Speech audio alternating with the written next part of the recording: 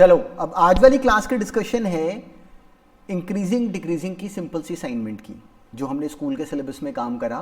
Directly उस सारे काम की एप्लीकेशन हमने देखी कि किस तरीके से इंक्रीजिंग डिक्रीजिंग का क्या रोल है, वो ग्राफ्स की अंडरस्टैंडिंग में हमें किस तरीके से हेल्प करेगा आगे, हमने वो बात समझी। अच्छा, अब इसके बाद ध्यान रखना कि इंक्रीजिंग डिक्रीजिंग के बाद हम नेक्स्ट क्या कर रहे हैं, maxima and minima. And maxima and minima में जो मेन टास्क है वो उसकी अंडरस्टैंडिंग तो अगर नोटिस करोगे तो हमें इंक्रीजिंग डिक्रीजिंग से ही आ गई है। तो उसके बाद फिर मेन काम क्या एक्चुअली इस चैप्टर में करने वाला, उसकी वर्ड प्रॉब्लम्स, उस पर बहुत जोर लगाना। जो उसकी असाइनमेंट मिली है उस असाइनमेंट पे बहुत टाइम स्पेंड करना कि उसके क्वेश्चंस हों। देखो ये आएगा नहीं टॉपिक उसके बाद, अगर मतलब मान लो कि अगर अभी इसमें थोड़ी भी अगर इसमें आलस दिखाए ना, कल को you would not be able to handle this topic. तो हमें तो इसको बिल्कुल ग्रिप से पकड़ना है कि हमें आ जाए। तो उसके लिए क्लासेस में मैंने बहुत ज़्यादा वैरायटी के क्वेश्चंस जो हमें कहीं से भी दिख सकते हैं, जो बोर्ड्स में आ सकते हैं, वो सारे कवर करे हुए हैं। तो एक्चुअली तो टास्क वहाँ पे कवर्ड है, पर उसके बाद जो असाइनमेंट है वो कह लो वो आइसिंग ऑन द केक है। तो उसमें बहुत सारे क्वेश्चंस मैंने रिपीट भी करे हैं जो मैंने क्लासेस में करवाए भी, because I want you to actually attempt those questions by yourself without the class. को क्लास के बीच में भी हम अटेम्प्ट तो करते हैं, पर एक तरीके से घर जाके जो करने वाला काम है ना, वो असाइनमेंट है, वो करनी ही करनी है। उसके बाद ही हमारा राइट मोमेंटम राइट गियर बनता है। मैक्सिमा एंड मिनिमा करने के बाद जो हम करेंगे ना वो है बड़ा जहाज, that is the biggest ship, that is indefinite integration. हम इंटीग्रेशन में एंटर करेंगे जिसमें सबसे बड़ा जो डायनासोर जो हमारे सामने आने वाला ना, दैट इज़ इनडेफिनिट इंटीग्रेशन, जिसकी की 22 क्लासेज हैं। And I am telling you कि अगर वो हमने प्रॉपरली कर ली तो उसके बाद हमें उसका कहीं से क्वेश्चन नहीं फंसेगा। पर यह है कि आपका डिसिप्लिन है, it is your career, it is your responsibility. बस इस चीज़ को ध्यान में रखना, मतलब इस उसमें ना रहना। देखो अब कोई इसमें कुछ हिडन कहानी तो है नहीं, मुझे कोई जस्टिफाई तो करना नहीं है किसी को घर जाके, ना किसी बच्चे ने आके मुझे बताना है कि मैंने ये कर लिया। जबकि बहुत सारे बच्चे आपके साथ के इनडेफिनिट इंटीग्रेशन काफ़ी हद तक कर चुके हैं, वो मुझे मैसेज डालते हैं, मेरे से क्वेश्चंस भी पूछ रहे हैं। तो बहुत सारे बच्चे आपके साथ के ही आपसे आगे चल रहे हैं, विच इज़ परफेक्टली ओके। अगर आप लोग सबके साथ, अगर क्लास के साथ भी चल रहे हो तो उतना तो चलना है ना, उससे नहीं बचना। तो चलो बिल्कुल मैक्सिमम मिनिमा को वाइंड अप करना है इसके बाद, पर पहले असाइनमेंट डिस्कस करते हैं, फिर मैक्सिमम मिनिमा की असाइनमेंट डिस्कस करेंगे, फिर शुरू हो जाएगा इंडेफिनिट इंटीग्रेशन। तो चलो इस असाइनमेंट के हर क्वेश्चन को प्रॉपरली नोटिस करो और देखते हैं इसमें क्या था। वैसे बहुत सिंपल असाइनमेंट थी ये, पर चलो डिस्कशन तो हमने करनी ही थी। Assignment of increasing and decreasing functions, चलो बड़ी खुशी हुई सुन के। अब ये क्वेश्चन एक्चुअली बोर्ड में भी आया हुआ है, एनसीईआरटी में भी है, किसी में थीटा नाम के साथ है, ये मैंने क्लास में भी कराया हुआ है। वैसे सेंस क्या है कि हमें ये क्लैरिटी है कि अगर हमसे कभी भी कोई किसी फंक्शन का इंक्रीज या डिक्रीज पूछेगा, हमें लाइन देगा कि find the intervals of increase या find the intervals of decrease of this function, तो हमें क्लैरिटी है कि हमने सोचना कैसे है, हमें क्लैरिटी है कि हमने उसका f' निकालना है। हमने ये नहीं करना, जैसे आपको अपने स्कूल में बहुत सारे बच्चे ऐसा करते दिखेंगे कि वो सोचेंगे कि अच्छा ये बढ़ रहा है, ये घट रहा है, वो उसको फील करने लग जाएंगे। तो हम नहीं करेंगे ऐसे, हम कहेंगे भाई हमें पता है कि इसका डेरिवेटिव निकाल के, डेरिवेटिव पे भी रिसर्च नहीं करनी, डेरिवेटिव का साइन जज करना है, जैसे मैंने याद कराया है। तो हम क्या करेंगे, f' फाइंड करेंगे, जो कि इस केस में क्या बन गया 2 + cos x। टर्म ये कहीं ईजी तो नहीं बन रही है एक्चुअली, x कॉमन ले लूँ अगर मैं। देखो मैंने क्या करा कि मुझे दिखा कि 4 sin x, मैंने वैसे क्लास में कराया हुआ है यार, पर चलो कर देता हूँ 2 + cos x। और माइनस देखो इन दोनों में से नोटिस करो, x कॉमन लेके 2 + cos x ही आ रहा है, नीचे वही है, तो मैंने वो कॉमन लेके 2 + cos x ऊपर नीचे कैंसिल करा लिया, ये बन गई टर्म। तो अब इससे f' निकालना थोड़ा सा ईजी लगेगा। ये क्या हो गया 2 + cos x, 4 को बाहर रख लेते हैं, 2 + cos x d × n' which is cos x minus sin x into 2 + cos x का derivative which is minus sin x, वो sin स्क्वायर x हो गया, और whole divided by d' which is 2 + cos x का whole स्क्वायर -1। तो मिल गया वहाँ से 4 times of this would be 2 cos x + cos square x + sin square x which is 1। तो this is 1 + 2 cos x minus ये इधर आके हो जाएगा 4 + 2 cos x + cos square x, whole divided by denominator तो है ही पॉजिटिव। तो हमें विजिबल है कि ऐसा करते ही ये 4 और 4 तो कैंसिल हो गए, यहाँ में मिल गया 8 cos x minus 2 cos x, 8 cos x minus 4 cos x आ जाएगा इनफैक्ट। तो 8 cos x minus 4 cos x, 4 cos x ऊपर आ गया, नीचे डिनोमिनेटर परफेक्ट स्क्वायर है, ये बन गया हमारे पास f डैश x, ये बना f डैश x। तो अब जो ये f डैश x बना, इसका पॉजिटिव नेगेटिव किस पे डिपेंड करेगा? cos x के ऊपर। cos x के ग्राफ को नहीं देखना, उसके पॉजिटिव नेगेटिव बिहेवियर को देखना है। तो अब हमें cos का ग्राफ याद करो, तो हमें क्लियरिटी है कि 0 से π/2 तक cos का जो ग्राफ है वो पॉजिटिव है, तो इसलिए इसका जो f डैश x होगा वो पॉजिटिव होगा 0 से π/2।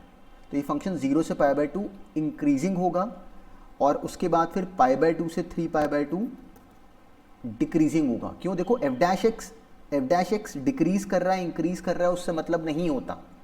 हमें f डैश एक्स के साइन से मतलब है, जो कि हमें विजिबल है कि नेगेटिव है, उसको पकड़ना है। तो हमें क्लियरिटी है कि 0 से π/2 इंक्रीजिंग, क्यों? Because f dash x is positive. π/2 से फिर 2π आ गया इंक्रीजिंग, तो यहाँ से इंक्रीज का भी इंटरवल आ गया और डिक्रीज का भी आ गया। ये है सेंस, और ये इंपॉर्टेंट है क्योंकि ये हमारी बेसिक अंडरस्टैंडिंग को देखो कितने बढ़िया तरीके से चैलेंज कर रहा है। वही काम है कि हमारी जो बेसिक समझ है उसको हमें किसी ने पकड़ के हमें चैलेंज करा, तो उस सेंस को नोटिस करना जैसे हम लोग हैंडल कर रहे हैं बिल्कुल साथ साथ। ये सिंपल था, पर चलो ऐसे तो सारे क्वेश्चन सिंपल थे। इसमें जो हम लोगों ने इसका f डैश एक्स फाइंड करा, तो क्या बन जाएगा? सिंपली ये 3/10 x क्यूब है, वो आ गया 30/10, simply 12/10 which is 6/5 x cube minus 12/5 x square minus 6x plus 36/5, ये बना f डैश एक्स। तो मुझे इसका साइन जज करना है, तो बाय 5 अगर मैं हटा दूँ, 6 भी अगर कॉमन लेके हट जा रहा है, तो 6/5 मैंने कॉमन ले लिया इसमें से, तो बन गया x cube minus 2x square minus LCM लेके this would be 30x minus 5x, 6 तो हमने कॉमन ले लिया, प्लस 6/5 कॉमन, तो यहाँ पे 6 बच गया। ये बन गया मेरे पास टर्म। तो अब ये जब भी कभी इस तरह की एक्सप्रेशन बन जाए तो ये आगे फैक्टराइज हो जाती है। अब क्यूबिक बनी ना, ये क्यूबिक का कभी भी जब हमारे सामने उसको इक्वेशन की तरह आ जाए, तो उसका जो एक रूट होता है वो हमें जज करना पड़ता है। देखो जैसे ही मैंने ये लिखा ना, मेरा साथ साथ दिमाग चला कि इसमें क्या फिट हो सकता है, कौन सी x की वैल्यू जो कि मैं डायरेक्टली यहाँ पे बना सकता हूँ। मैंने ओरली ट्राई करा 1, क्यों करा? देखो ये 1 और प्लस 6 7 हो जाता, और ये -2 -5 ये भी -7 हो जाता। तो मुझे दिखा कि इसका x - 1 एक फैक्टर है, ये बन गया 6/5 इंटू x - 1, जो रिमेनिंग टर्म है वो x - 1 से डिवाइड करके बना लो, वो क्वाड्रेटिक बन जाएगी, तो ये f डैश एक्स आ जाएगा। उसके बाद यहाँ से f डैश एक्स बनाने के बाद सिंपली जब मेथड है, जो कि हमें क्लियरिटी में आता है, तो ये इसका बहुत बेकार है, ये वाला डिस्कस नहीं करेंगे, इंसल्ट हो जाएगी। x की पावर 4 - 2x स्क्वायर, ये भी बहुत सिंपल है एंड आई एम श्योर कि ये कर पाए होगे handle. 4x cube minus 4x, this is f dash x. तो अब यहाँ पे ना ये आ गया 4x स्क्वायर कॉमन, ये आ गया x minus 4x common x square minus 1, जो कि अब बेकार हो गया 4x x minus 1 into x plus 1। अब हम क्या करेंगे? जब मेथड बना देंगे, -1 आ गया, 0 आ गया, 1 आ गया, प्लस माइनस प्लस माइनस। तो हमें क्लियरिटी है कि फंक्शन डिक्रीज कर रहा है फ्रॉम -∞ टू -1, फिर -1 टू 0 ये इंक्रीज कर रहा है, 0 से 1 डिक्रीज कर रहा है और 1 के आगे इंक्रीज कर रहा है। तो हमें ये क्लियरिटी है कि इस फंक्शन का जो ग्राफ बनेगा वो कुछ ऐसा होगा, कुछ इस तरह का ग्राफ होगा। तो देखो हमें इस बेसिक ग्राफ को एटलीस्ट देखना आना शुरू हो गया, which is a very important factor, कि हमारी अंडरस्टैंडिंग बननी शुरू हो गई कि जो ये बेसिक ग्राफ होगा ये दिखने में कैसा है, इसको हमने हैंडल कैसे करना है। अब नेक्स्ट देखो, चलो अब हमारी बेसिक अंडरस्टैंडिंग तो बनी हुई है, तो उसके बाद जो इसमें क्वेश्चंस थे वो थे सिंपल, पर डिस्कशन करके ही खुलना है ना दिमाग, तो ये बिल्कुल सेम है, बिल्कुल सेम है। पर चलो ऐसे तो सारी इसमें सारी क्वेश्चन सेम है। 4x क्यूब माइनस में f डैश एक्स देखो निकाल दिया इसका, तो मुझे क्लियरिटी है कि मेरे पास और कोई तरीका ही नहीं है। 4x cube minus 24x square plus 44x minus 24, ये बनी टर्म। तो अब इसमें से 4 कॉमन आ रहा है, ये आ गया x cube minus 6x square plus 11x minus 6। अब देखो ये बनाते ही हमारे दिमाग में क्या आना चाहिए कि क्या x की वैल्यू फिट हो जाएगी, क्यूबिक में और कोई तरीका नहीं है। और फिट करने के लिए भी ना बड़ी कम टर्म्स हैं, वो हमें यहाँ पे -10 -7 ऐसी फिट करने को नहीं देते। ईजी सी वैल्यू ट्राई करो, 1 -1 2 -2, मैक्सिमम बहुत मुश्किल हुई तो हाफ -हाफ, इसके अलावा और कुछ नहीं होता। तो इसमें अब मुझे दिखा साफ साफ कि 1 देखो फिट कर रहा है, 1 + 11 12 हो जाएगा, -6 -6। इसका मतलब क्या हो गया कि x - 1 इसका फैक्टर है। बाकी कैसे निकालोगे, x - 1 से इसको डिवाइड कर दो, डिवाइड कर दोगे तो उसकी बाकी जो टर्म बनेगी वो यहाँ पे आ जाती। उसके बाद हमें क्लैरिटी है कि ये बेकार क्वेश्चन है, पर इसमें जो मेन काम था वो बस ये अंडरस्टैंडिंग थी कि इसको फैक्टराइज कर लो। देखो अब ये बात ना मैंने जो बच्चे 10th में थे साथ में उनको एक लाइन में सिखाई थी फैक्टराइजेशन, कि ये क्यूबिक को हम लोग x - 1 से जो डिवीजन है वो एक लाइन में कर सकते हैं। वो बुक्स में होता नहीं पर हमें आता है। ये x - 1 लिखा, यहाँ पे मैंने x² लिखा ताकि कि मैं इस x³ को बैलेंस कर दूँ। मैंने क्लास में बताया शायद ये। तो अब ये -x² है, पर मुझे यहाँ पे चाहिए -6x²। तो एक -x² तो आ चुका है, तो अब मुझे यहाँ पे -6x² क्रिएट करने के लिए यहाँ पे -5x लिखना पड़ेगा। क्यों, ताकि कि -5x² ये बन गया और -x²। तो अब देखो x³ मेरा टारगेट क्या है, x - 1 लिख के ये क्रिएट करना। ये मैंने क्लास में सिखाया हुआ है पर चलो भूल जाते हैं बच्चे। अब ये माइनस देखो साथ में क्या आ गया, +5x, पर मुझे +11x चाहिए तो मैंने यहाँ पे 6 लिख दिया। तो वो जो -6 है वो देखो अपने आप ही बैलेंस हो गया। तो ये x² माइनस ये फैक्टराइज होके आ गया x² - 5x + 6। इसी काम को हम जो लॉन्ग डिवीजन से करते हैं ना, जैसे हमें बचपन से सिखाया गया है, एक ही बात है ये। तो x² - 5x + 6 फैक्टराइज हो गया x - 2 × x - 3। उससे हमारे पास पॉइंट्स आ गए 1 2 और 3, प्लस माइनस। तो ये डिक्रीजिंग 1 तक, फिर 2 तक इंक्रीजिंग, फिर 3 तक डिक्रीजिंग और फिर उसके बाद इंक्रीजिंग। तो this is it's complete story. बिल्कुल सेम है और बहुत सिंपल है। इस वाले में ना थोड़ी सी काम की बात है, इसलिए कर लेते हैं डिस्कस। जब हम इसका f' बनाएंगे, जब हम इस वाली टर्म का जब f' बनाएंगे तो हमें क्लैरिटी है इस वाले के f' के केस में, जब हम इस वाली टर्म का जब f' क्रिएट करेंगे तो हमें ये क्लैरिटी है कि अब देखो यहाँ पे क्या होगा, ये आ गया 4x³ - 3x² / 3 which is simply x²। इसमें से x² कॉमन आ गया, ये आ गया 4x - 1 बन गया f'। अब यहाँ पे जो ये x² है जब कभी ऐसे स्क्वायर वाली टर्म आए ना, तो अब देखो यहाँ पे 1.0 आया, 1.1/4 आया, प्लस माइनस। जब किसी टर्म की पावर इवन होगी, जब किसी टर्म की पावर इवन होगी तो उसके कॉरस्पॉन्डिंग साइन चेंज नहीं होगा। जब किसी टर्म की पावर इवन होगी तो उस टर्म के कॉरस्पॉन्डिंग जब हम ये जम मेथड बनाएंगे तो साइन चेंज नहीं करेंगे। क्योंकि अपने आप सोचो कि इस पॉइंट x का स्क्वायर है ना, तो x को 0 से थोड़ा बढ़ा लो या कम लो, स्क्वायर होने की वजह से उसने पॉजिटिव ही रहना था, तो उसने साइन चेंज नहीं करवाना। बाकी सब क्या करते हैं कि उस पॉइंट पे साइन चेंज करवा देते हैं। यहाँ पे x², मैं कोई और एग्जांपल लेके भी बताता हूँ, उससे ये बात ना और ज़्यादा हेल्पफुल होगी। ये क्वेश्चन वैसे सिंपल है तो मैं इसको यहाँ पे यूज़ करके बता देता हूँ। जैसे मान लो कभी कोई टर्म होती x - 2 का क्यूब, x - 3 की पावर 5, x - 5 की पावर लेट्स से 8। ये कभी सोचो हमसे पूछता कि बताओ ये > 0 कब है। तो अब हमें क्लैरिटी है कि इसका एक पॉइंट तो 2 आ गया इसकी वजह से, 1.3 आ गया इसकी वजह से, और 1.5 आ गया इसकी वजह से, इन तीनों की वजह से। पर अब की बार यहाँ पे पावर्स भी हैं, तो जिस जगह पे पावर ऑड है, जिस जगह पे पावर ऑड है वहाँ पे नॉर्मली साइन चेंज होगा। सबसे पहले प्लस से शुरू करो। जिस जगह पे पावर इवन है, इस पावर को देखना है हमने। अब सिंपली साइन तो बना दिए, पॉइंट तो बना दिए 2, 3 और 5। उसके बाद जिस पॉइंट के कॉरस्पॉन्डिंग पावर इवन है उसके लिए हमने साइन चेंज नहीं करना। देखो प्लस से शुरू करा और यहाँ भी मैंने प्लस लिखा, क्यों? क्योंकि ये पावर इवन थी। अब यहाँ पे 3 पे पावर कैसी है? ऑड। पावर को देखना है, 3 को नहीं देखना। पावर को हमने देखा ऑड पावर है तो साइन चेंज होगा, जैसे कि हम लोग नॉर्मली करते हैं हमेशा। 2 पे पावर कैसी है? ऑड, इसलिए इस पे भी साइन चेंज होगा। तो इसलिए इसका जो साइन कन्वेंशन बनता, f' नहीं निकाला, ये मैं सिंपली वैसे ही बता रहा हूँ। तो वो ये बनता कि इतने हिस्से में 2 से पहले ये टर्म पॉजिटिव होगी, 2 और 3 के बीच में ये टर्म नेगेटिव होगी, 3 के बाद ये टर्म हमेशा पॉजिटिव होगी। तो अगर इसका ग्रेटर देन इक्वल टू 0 हमने बताना होता तो हम कहते हैं लेस देन इक्वल टू 2 और ग्रेटर देन इक्वल टू 3, वो हमारा कंप्लीट आंसर होता। तो इस सेंस को हमने करा भी हुआ है, पर ध्यान में रखना जो क्वेश्चन सिंपल है उनको हटाने की कर रहा हूँ मैं, पर टाइम नहीं लगवा रहा। ये बहुत सिंपल, बहुत सिंपल। ये लॉग ऑफ साइन एक्स भी बहुत सिंपल है, पर चलो कोई तो क्वेश्चन करें।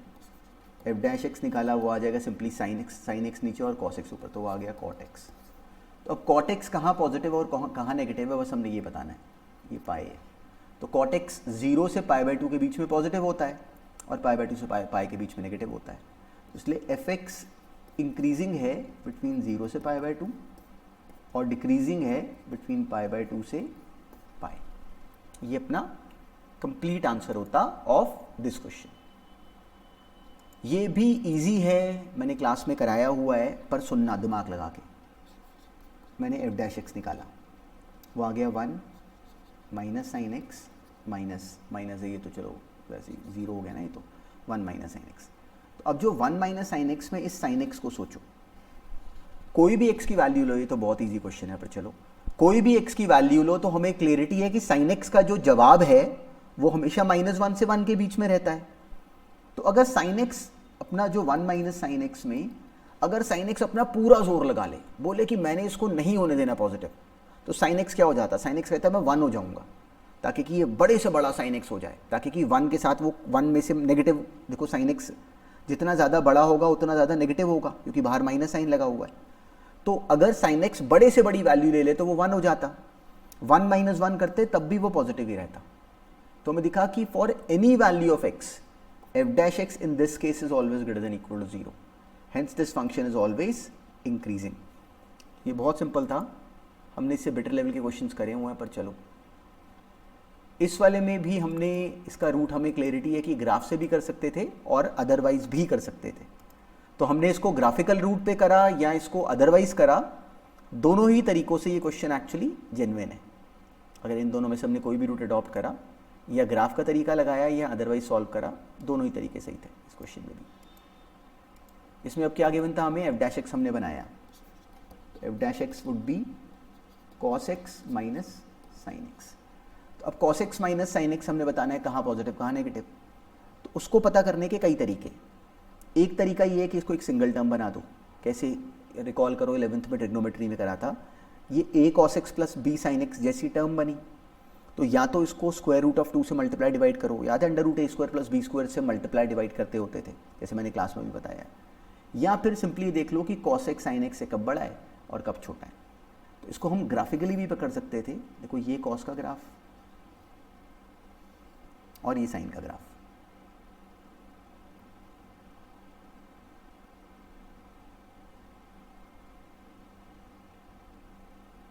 बाहर चला गया, यहाँ है। चलो तो अब देखो हमें दिखता है कि 0 से लेके π/4 तक cos का ग्राफ ऊपर है, साइन का ग्राफ नीचे है। तो cos x ऊपर वाली वैल्यू है, साइन x नीचे वाली वैल्यू है, तो cos x minus sine x positive होगा 0 से π/4। अब π/4 से लेके नोटिस करो यहाँ तक, ये कौन सा पॉइंट है? देखो ये है, ये वाला पॉइंट, ये है π/2, ये है पाई, और ये सिंपली है। अब cos x और साइन x दोबारा कहाँ पे मिलते हैं? ये मिलते हैं थर्ड क्वाड्रेंट में। कहाँ पे? पाई प्लस π/4, 5π/4 के ऊपर। तो यहाँ से लेके 5π/4 तक हमें दिखता है कि साइन का ग्राफ ऊपर है, कॉस का ग्राफ नीचे है। तो simply cos x minus sine x positive होगा बिटवीन 0 से लेके π/4 तक, और फिर π/4 से लेके 5π/4 तक sine x minus cos x positive होगा। तो cos x minus sine x negative होगा। कहाँ तक? π/4 से 5π/4 तक। तो ये ग्राफ कैसा होगा? डिक्रीजिंग। तो एफ डैश एक्स इंक्रीजिंग है बिटवीन 0 से π/4, डिक्रीजिंग है बिटवीन π/4 से 5π/4, और ऐसे फिर उसके बाद इंक्रीजिंग हो जाता है, क्योंकि उसके बाद कॉस बड़ा हो जाता है, साइन छोटा हो जाता है। इसी बात को हम ऐसे भी कर सकते थे, इसको √2 से मल्टीप्लाई डिवाइड कर लिया और इसको बना लिया हमने सिंपली cos x प्लस π/4, और उसकी वैल्यूज को इंटरप्रेट कर दिया। तो अगर ऐसे करके भी करते तो भी ठीक था, उसको ग्राफिकली रिप्रेजेंट करके भी करा तो भी ठीक है, पर सिंपल था और डूएबल क्वेश्चन था। अब इसमें हमें बोला गया कि प्रूव दैट टू साइन, ये इंटरेस्टिंग है। अब ये क्वेश्चन काम के हैं, हमारा दिमाग चलवाएंगे तो हमें प्रेशर पड़ेगा कि कैसे करें, और यही मेन काम है कि हम इन सब की हैंडलिंग बहुत बढ़िया तरीके से कर पाएँ। तो अब हमें क्या बोला गया कि प्रूव दैट, और इंटरेस्टिंग है ये क्वेश्चन भी, इसको ध्यान से नोटिस करना। हमें कहा गया कि prove that 2 sin x plus tan x minus 3x, तो हमने क्या करा, f डैश x निकाला, वो आ गया 2 cos x plus secant square x minus 3। हमने प्रूव करना है कि ये इंक्रीजिंग फंक्शन है बिटवीन -π/2 से π/2। अब देखो, इसको बोलने के बहुत सारे तरीके हो सकते थे, इसी बात को बोल सकने के बहुत सारे तरीके हो सकते थे, पर चलो अगर मान लो कि मैं सीकेंड स्क्वायर x को cos में कन्वर्ट कर लूँ, तो मेरे पास सिंपली 1/cos स्क्वायर x हो जाता, 1/cos स्क्वायर x हो जाता। अब देखो, इसको बोलने के बहुत सारे तरीके मैं बता रहा हूँ, पर ये नोटिस करो, सीकेंड स्क्वायर x हो गया simply, this would be 2 1/cos square x, LCM लेके यहाँ आ गया 2 cos cube x minus 3 cos square x plus 1 whole divided by cos square x, ये बना f डैश x, ये बना f डैश x। अब ये जो 2 cos cube x minus 3 cos square x plus 1 है, क्या दिखता है कि ये फैक्टराइज हो जाएगा। cos x को अगर मैं 1 ले लूँ तो ये 2 हो जाता है, ये 1, ये 3 माइनस 3, 3 माइनस 3 0 होता है।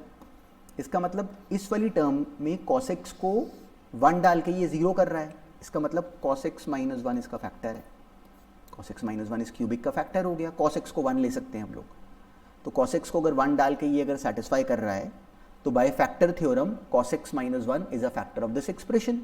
सिंपल फैक्टर थ्योरम लगाई मैंने, तो cos x माइनस 1 तो आ गया घर के बाहर। अब बाकी को देखते हैं। अब ये बिल्कुल पिछली बार की तरह अगर मैं इसको डिवाइड ही कर दूं तो ये आ जाएगा 2 cos square x, cos x minus 1 अगर मैं इसको बना दूं, क्यूबिक चाहिए ना, तो 2 cos स्क्वायर x, देखो मैं 2 cos क्यूब x मैंने क्रिएट करा लिया, माइनस 2 cos स्क्वायर x चाहिए, cos स्क्वायर x माइनस 1 मैंने फिर से लिखा, cos x माइनस 1, और माइनस 2 cos स्क्वायर x है पहले से, मुझे माइनस 3 चाहिए, तो इसलिए माइनस cos x और लगा दिया, तो ये minus cos square x plus cos x हो गया, और यहाँ पे minus cos square x plus cos x, और ये आगे plus cos x minus cos x minus 1 एक और आ गया, तो ये प्लस cos x और ये माइनस cos x प्लस 1, ठीक है। तो हमें यहाँ पे मिल गया 2 cos square x minus cos x minus 1। मैंने सिंपली डिवाइड करा है, सिंपल डिवीजन करी है, कुछ नहीं करा अलग।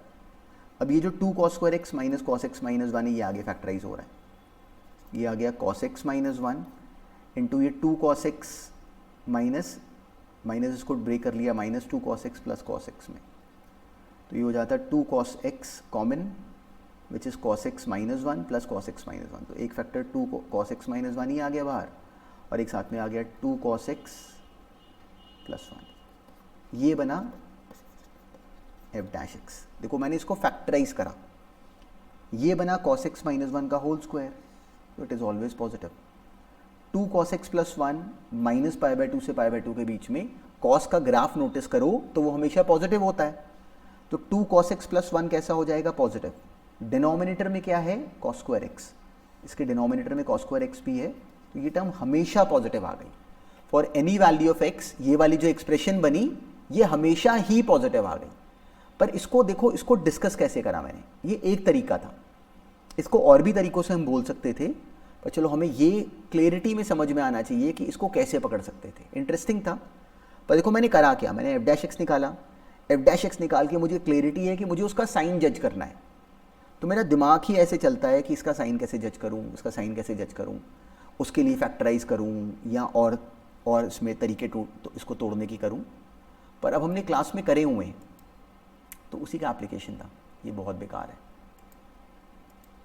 f डैश x निकाल दो बस, कितना आ जाएगा, यहाँ पे यू वी रूल लग गया ना, तो आ गया x माइनस 1 इंटू ई की पावर x प्लस ई की power x into x minus 1 का डेरिवेटिव दैट इज 1, तो x इंटू ई की पावर x बन गया। 0 से बड़े के लिए x पॉजिटिव है, ई की पावर x भी पॉजिटिव है, तो f डैश x हमेशा पॉजिटिव आ गया, तो इट वॉज वेरी सिंपल। पर चलो दिया था असाइनमेंट में तो करना था, दोनों सिंपल हैं, इनको नोटिस करना। अब इसमें क्या करोगे, सिंपली f डैश x निकालोगे, कोई और तरीका है ही नहीं, हमने बनाया ही नहीं, तो आ गया d into n dash which is 2x minus 1 minus n 1 minus x plus x square into d dash, denominator का derivative which is 2x plus 1 whole divide by denominator का क्यूब स्क्वायर विच इज़ जो positive ही हो गया। तो अब हमारा काम क्या था, इस टर्म को सिंप्लीफाई करना। तो इसमें अब थोड़ा सिस्टमैटिकली चलो, वो दिखता है यहाँ पे 2x माइनस 1 है इंटू ये, देखो एक टर्म बनेगी 2x क्यूब, यहाँ से भी बनेगी 2x क्यूब और बाहर माइनस है, तो x क्यूब वाली टर्म तो कैंसिल हो रही है। मैंने पहले ही देख लिया कि x क्यूब तो कैंसिल है, तो उस पर टाइम नहीं बर्बाद करेंगे। अब x स्क्वायर को मैं इवैल्यूएट कर रहा हूँ, x स्क्वायर वाली टर्म को इवैल्यूएट कर रहा हूँ, तो मैं इसको ना सिस्टमैटिकली साफ सुथरा बनाने की कोशिश कर रहा हूँ। देखो x स्क्वायर कैसे बनेगा, जब ये 2x मल्टीप्लाई करेगा इस x से, वो आ गया 2x स्क्वायर, और जब ये x स्क्वायर मल्टीप्लाई करेगा इस माइनस 1 से, तो it would be minus x square. तो फर्स्ट टर्म से टर्म आ गई x स्क्वायर। सेकेंड वाले से देखते हैं, माइनस एक्स मल्टीप्लाई करेगा इस 2x के साथ, तो it would be minus 2x square, और ये x स्क्वायर मल्टीप्लाई करेगा इस 1 के साथ, it would be x square. तो माइनस एक्स स्क्वायर बना एक माइनस 1 के साथ, तो वो प्लस एक्स स्क्वायर हो गया, तो ये 2x स्क्वायर आ गया। अब ऐसे ही x वाला कॉम्पोनेंट निकालो। x कैसे बनेगा, जब ये इस ब्रैकेट को नोटिस करो, जब ये 2x मल्टीप्लाई करेगा इस 1 से, तो दैट वुड बी 2x, और जब ये x मल्टीप्लाई करेगा इस माइनस 1 से, which would be minus x, तो 2x माइनस एक्स क्या बना, x। तो यहाँ से एक टर्म आ गई x। यहाँ से अब इसको ऑब्जर्व करो मेरे साथ साथ, 2x मल्टीप्लाई करेगा इस 1 से, इट वुड बी 2x, और ये माइनस एक्स मल्टीप्लाई करेगा इस 1 के साथ, it would be minus x. तो 2x माइनस एक्स बना x, x पर बाहर माइनस साइन, तो ये कैंसिल ही हो गया। अब कांस्टेंट देख लो, ये बना माइनस 1, यहाँ से क्या बना 1 पर बाहर माइनस साइन, तो माइनस 2 आ गया होल डिवाइड बाय डिनोमिनेटर का स्क्वायर। तो आ गया 2 times of x square minus 1 upon positive square. X square minus 1 पर डिपेंड कर गई है बात सारी, वो हमें आता है, बेकार है वो, तो माइनस 1 1 2 पॉइंट्स बने, प्लस माइनस प्लस। तो ये माइनस 1 तक डिक्रीजिंग, माइनस 1 तक इंक्रीजिंग उल्टा बना दिया मैंने, माइनस 1 तक इंक्रीजिंग, फिर माइनस 1 से 1 डिक्रीजिंग, फिर 1 के आगे इंक्रीजिंग। ये था इसका सेंस। तो सारी गेम क्या थी, एफ डैश एक्स को नीटली बना देने की। अब इस वाले क्वेश्चन में भी काम की बात है वैसे, पर हमने क्लास में करा हुआ है। हमें क्लैरिटी है कि हमने क्या करना है, पहले इसमें सबसे पहले इसका एफ डैश एक्स बना देना है। तो हम पहला काम क्या करेंगे, इसमें सिंपली हम पहले इसका एफ डैश एक्स बना देंगे। तो एफ डैश एक्स हमने बनाया, ये वैसे क्लास में कराया हुआ, पर चलो 12x cos x का क्यूब माइनस साइन एक्स है, वो मैं सबके साथ बाहर लिख दूंगा, plus 30 times of cos square x plus 12 cos x, ये बनी मेरी जो एफ डैश एक्स बना, और बाहर एक माइनस साइन एक्स आना है, वो हर एक के साथ आ जाना था। तो दिखता है कि माइनस इसमें से अब 6 cos x कॉमन आ जाएगा, minus 6 cos x sine x, और साथ में अंदर क्या आ गया 2 cos square x plus 5 cos x plus 2 minus 6 cos x sine x, ये फैक्टराइज हो जाएगा, 5 cos x को ब्रेक कर दो 4 cos x plus cos x में, तो 2 cos x कॉमन अंदर आ जाएगा, cos x plus 2 plus cos x plus 2 cos x plus 1 into cos x plus 2, ये बनी मेरी टर्म। अब इंटरवल है 0 से पाई। इंटरेस्टिंग था ये क्वेश्चन। cos x प्लस 2 हमें विजिबल है कि हमेशा ही पॉजिटिव है। क्यों, cos x माइनस 1 से 1 के बीच में, किसी भी नंबर जो कि माइनस 1 से 1 के बीच में है, उसमें अगर 2 ऐड कर दोगे तो आंसर हमेशा कैसा बनेगा, पॉजिटिव। तो इसलिए ये टर्म तो पॉजिटिव है, तो इसका कोई रोल नहीं। माइनस जो 2 cos x प्लस 1 है, ये इंटरेस्टिंग है, ये बोर्ड में नहीं आएगा, प्रैक्टिस के लिए।